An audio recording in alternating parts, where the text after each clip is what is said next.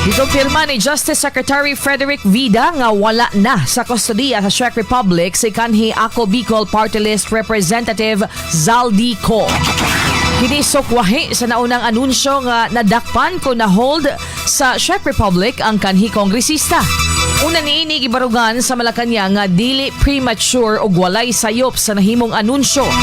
Si President Ferdinand Bongbong Marcos Jr. subay sa anunsyo ni Palace Press Officer Attorney Claire Castro, diin gilayong nakig-alayon ng Pilipinas aron mapabalik sa nasod si Co. Ani ang pamahayag ni Attorney Claire Castro.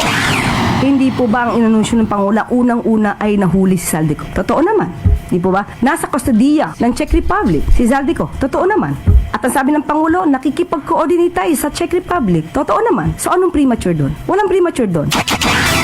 Samtang sa nahimong anunsyo ni Justice Secretary Vida, by land ang pagbiyahe ni Co. Apan dili pa makumpirma sa opisyal kung asa na karon ang kanhi kongresista.